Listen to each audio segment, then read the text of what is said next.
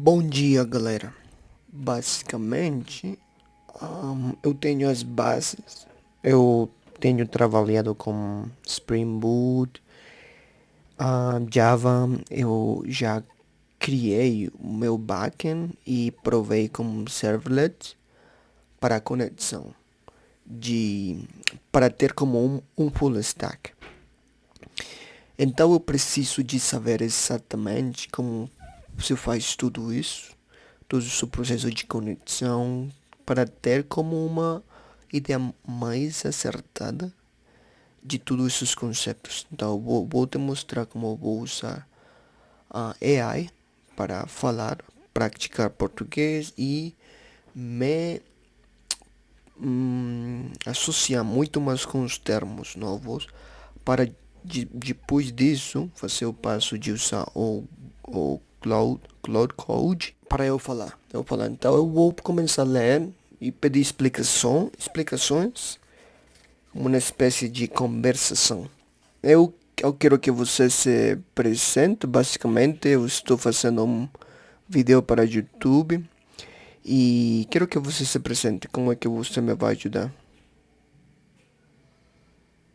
Olá a todos do canal, sou o arquiteto de software sênior e mentor de desenvolvimento que vai te guiar nessa jornada para construir o Rogar Budget do zero até a produção. Meu papel é te ensinar a pensar como um arquiteto para que você possa direcionar qualquer IA para criar sistemas robustos e eficientes. Vamos focar nos conceitos sem se preocupar com código agora. Legal.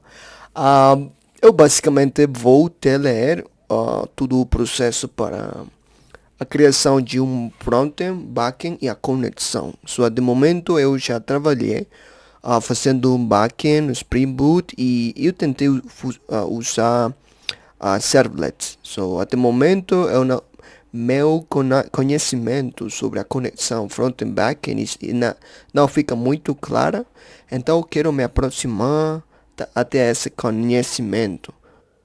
Claro, vamos pensar assim. O seu front-end é como um garçom que anota o pedido no restaurante. A Fetch API é como o garçom levando o papelzinho com o pedido para a cozinha.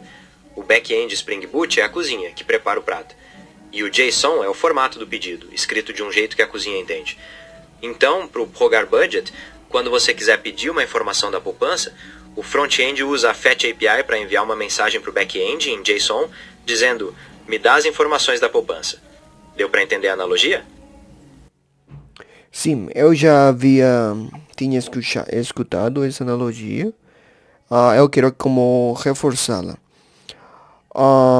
Eu tenho o backend. Backend é basicamente o cozinheiro e API é como o garçom e meu frontend é como prato, como a mesa, o quê?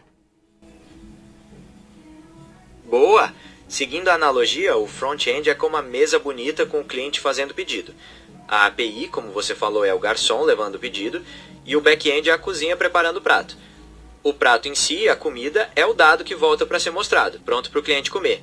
Você me pode falar como UseState funciona, como isto, isso é sempre usado no frontend? Opa, vamos falar do useState. Ele é fundamental no React para quando você quer que alguma coisa mude na tela com base em alguma ação. Pense assim, você tem uma caixinha na memória do seu aplicativo. O useState cria duas coisas, a caixinha para guardar o valor e uma função para você mudar esse valor. No caso do seu formulário, você usaria o useState para guardar o que o usuário digita em cada campo. Assim que ele clica em enviar, você usa essa função para atualizar o estado e mandar os dados. Deu para entender? E sim, ele é muito usado no front-end, sempre que você precisa de interatividade.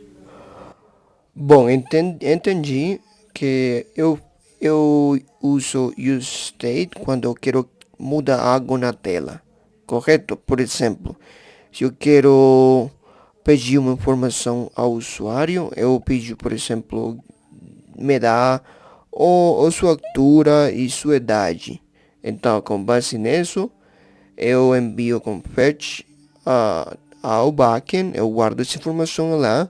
Backend pode me devolver um certo número que ele envia de novo no frontend para eu fazer mostrar algo novo na tela. Isso é o uso de UseState? Exatamente. É bem assim que funciona. Quando o usuário digita a altura e a idade, você usa o useState para guardar esses valores. Aí você usa a Fetch API para mandar para o back-end e quando a resposta volta, você atualiza outro estado para mostrar a novidade na tela. Dá certinho o conceito. Ok. Queria? Ok, legal. Sincronização. Quando um novo item é postado com sucesso, o React Query é instruído a validar a query anterior, forçando o frontend a buscar os dados atualizados da API e mostrar o novo item instantaneamente na tela. Me pode explicar um pouquinho mais sobre isso? Claro, é aí que o React Query brilha. Pense assim, ele tem uma memória com a lista de despesas. Quando você manda um novo item, ele percebe que a versão antiga não vale mais. Então, de forma automática, ele pede para sua API no back-end de novo, me dá a lista atualizada. Assim que ele recebe, o front-end redesenha a tela com o novo item aparecendo, bem rapidinho. Deu para entender a mágica? Deixa-me entender mágica. Sincronização. Deixa-me ler. Quando um novo item é postado com sucesso. Vão entender essa parte. Um novo item quer dizer que eu envio algo. De frontend, eu vou guardar algo específico e eu clico em enviar. Isso quer dizer que foi postado com sucesso, certo? Agora, o React Query é instruído a validar a query anterior. O que significa validar a query anterior? Para que vai fazer isso? É quase isso. Postado com sucesso é quando o back-end te dá um ok dizendo que recebeu a despesa e guardou no banco de dados. Agora, o React Query, validar a query anterior, significa que ele entende que a lista de despesas antiga não está mais atualizada. Por isso, ele pede para o back-end a lista fresquinha de novo para mostrar na tela assim que ela chega, garantindo que você sempre veja os dados certos. Como funciona esse tipo de hospedagem? Eu entendi que, por exemplo, digamos que eu uso Heroku ou AWS. Você fala de ter um banco de dados. Então, eu suponho que eu subo todos esses arquivos, frontend arquivo, backend arquivo, e depois clico em rodar, e ele vai rodar automaticamente como se eu tivesse IntelliJ IDEA rodando ali. Pense assim, depois que a cozinha prepara o prato, você precisa arrumar ele na bandeja para o garçom levar. O build é exatamente isso, arrumar o código para ele funcionar bem na internet, deixando ele mais rápido e tirando tudo que não precisa. E as variáveis de ambiente são tipo as instruções para o garçom, onde fica o banco de dados, qual é a senha, essas coisas. Deu para entender a analogia com o restaurante? Legal, eu fico a bandeja e variáveis de ambiente. Variáveis de ambiente são as senhas e tudo isso. E tudo isso estou fazendo em uma aplicativo de produção como AWS. Suponho que isso tem como uma curva de aprendizado também, correto? Então, agora a gente tem duas partes separadas. O cérebro, que é o back-end, e o rosto, que é o front-end. Mas como a gente faz essas duas partes conversarem para que tudo funcione como uma coisa só? A resposta para isso tem 3 letrinhas, API. A melhor analogia é pensar na API como um cardápio de restaurante. O front-end, que é o cliente, olha o cardápio e faz um pedido. O back-end, que é a cozinha, prepara o prato e entrega. Simples assim. E o REST é tipo o idioma que eles usam para se entender, com verbos como get para buscar coisas e post para enviar. Então, o fluxo é um ciclo que não para. O front-end pede dados usando um get. O back-end responde, alguém preenche um formulário e o front-end envia esses dados com um post. O back-end salva tudo no banco e aí o front-end, de forma bem esperta, já busca os dados atualizados para a tela, sempre mostrar a informação mais recente. É esse bate e volta que faz tudo funcionar. Você pode ter só um agente de IA para o projeto todo, você explica para ela como está seu back-end, onde estão os dados, e depois diz para ela criar o front-end para se conectar ali. Ela vai entender tudo e fazer essa ponte. Quer tentar descrever essa instrução para o agente? Legal, somente para eu ter uma ideia. Eu tenho o backend, eu ponho Claude no terminal, eu escrevo /init e depois ele vai entender o que o projeto é. Eu posso pedir, por exemplo, que corrija algumas das coisas que não têm sentido ou que são redundantes. E ele vai editar meu código e ficar um backend perfeito, correto? Agora, eu tenho uma pasta que diz servlet. Eu posso pedir para o Cloud que elimine isso e que me construya um frontend de zero. Ele vai produzir o frontend, ele vai fazer a conexão com o meu backend e rodar. Eu posso depois somente acessar o meu navegador onde o frontend está morrendo e eu posso testá-lo. Isso certo? Isso mesmo, é exatamente assim. Você pode pedir para o Cloud arrumar seu back-end, apagar as partes que não precisa e depois instruir ele a criar o front-end para se conectar ali. Ele prepara tudo, faz a ligação e você acessa o navegador para testar. Você definiu bem o processo. Queríamos pensar em qual seria o primeiro prompt para começar a fazer isso? Não ainda. Mas eu fico muito obrigado. Eu vou tentar. Basicamente é isso que eu estou precisando agora. Eu somente queria ter como uma ideia de como era esse processo.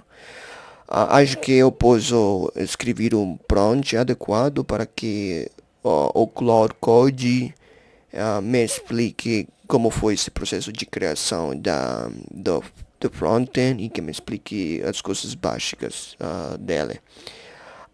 Depois disso, eu também posso pedir para o Cloud Code que me monte tudo isso no GitHub repository e depois que faz a conexão com AWS, Vercel. Você acha que Cloud Code pode fazer isso? De nada. Que bom que o treinamento ajudou. Você pode sim usar o Cloud Code para te explicar as coisas básicas, como você disse. E também pedir para ele criar o repositório no GitHub e configurar o deploy na Vercel ou no AWS. Ele é bem capaz de fazer isso. Se precisar de mais alguma dica ou quiser continuar falando do projeto, é só chamar. Boa sorte com o Rogar Budget. Legal. Você diz isso como se fosse algo simples, mas acho que isso não vai ser tão fácil. Então, se o Cloud Code pode fazer isso, eu só aprovaria feedback ou de produto final. Você acha que a qual ponto é necessário que eu saiba programar, que eu saiba especificamente saber o que ele está fazendo, se ele vai fazer tudo legal? O que você pensa sobre isso? Você tem razão, não é tão simples assim. O Cloud Code ajuda muito, mas você precisa ter uma base de programação para entender o que ele está fazendo e principalmente para conseguir corrigir problemas ou adaptar as coisas do jeito que você quer. Saber programar é essencial para você ser o maestro da IA e não depender totalmente dela. Continue estudando os fundamentos, que isso só vai te ajudar. Quer focar em algum ponto específico de Java ou Spring agora? Bom, galera, eu vou deixar o vídeo até aqui. E com isso eu acho que eu estou preparado para virar ao Cloud Code. Eu vou tentar de montar esse aplicativo e vou ver aqui para te explicar como eu fiz esse projeto. Até a próxima.